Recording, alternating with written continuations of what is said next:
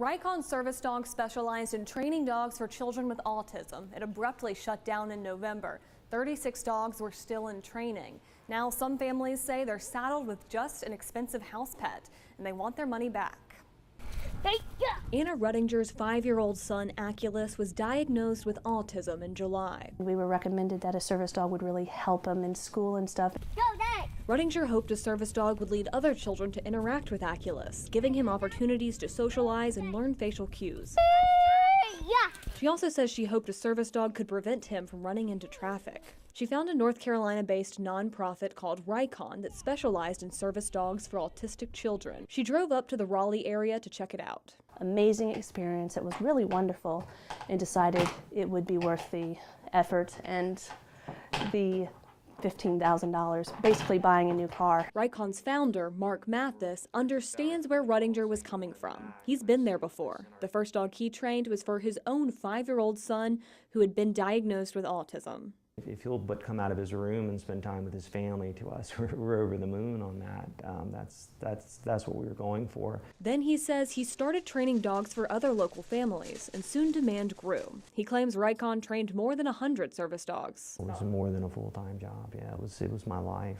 Hey, you want to wear it? Rudinger scraped together the money to buy a puppy named Bishop from Rycon. She says she raised about $1,200 from friends and family and put nearly $9,000 on credit cards. But the next day, she received shocking news. Rycon was closing, and she would have 3 days to decide whether she wanted to take the dog about 6 months early or leave him. Either way, she wasn't getting her money back. And Aculus was waiting for Bishop, who the family now called Hop. For months, he's been knowing he was going to get a dog, and he had pictures. He had met Hop a couple times, and you know, for him, it was going to be everything. But the dog has been a disappointment to Rudinger. And like right now, he's more of a nuisance and a pain than any help at all. Mathis says about 36 dogs were in the program when Rycon closed. He says they wouldn't have been able to continue their training and that the nonprofit had become unsustainable. The expectations of clients, in some cases, we felt we weren't able to meet. Either we felt they were unrealistic or we just weren't able to meet those expectations. He says they decided to close within a week because they were out of options. I think ultimately our price point was such that it was attainable by families. It was meant to be on the lower end, and ultimately it was not enough to support the infrastructure and the resources we needed to continue to maintain the dogs. As bad as this was, it wasn't us trying to sell or scam or anything. It was trying to make something very special happen that unfortunately fell apart. After they closed the doors, complaints poured into the North Carolina Attorney General's office, who is now investigating Rycon. And the complaints were similar.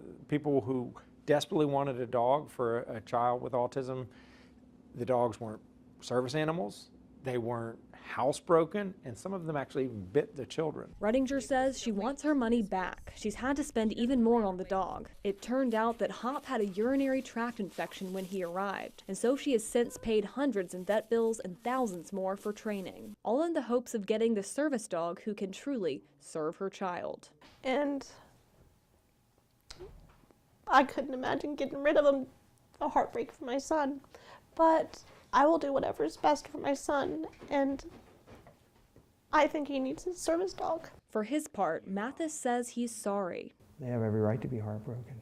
I'm heartbroken as well, but it's not about me. I think Anna's a perfect example of a very deserving family, and I'm very, very disappointed this happened the way it did. Meanwhile, families like the Rudingers are out thousands of dollars and still don't have the trained service dogs they need. And to give all these false promises, I could have been on other waiting lists to get a dog from somewhere else, and now you start at square one. Mathis says he hopes to at least get some money back to Rudinger and other disappointed customers, but he doesn't know when that would be. He has personally filed for bankruptcy in the wake of the closure, but Rycon has not. The Attorney General's office is encouraging anyone else with complaints about Rycon to bring them to his office. From 7 on Main, Ann Maxwell, 7 News.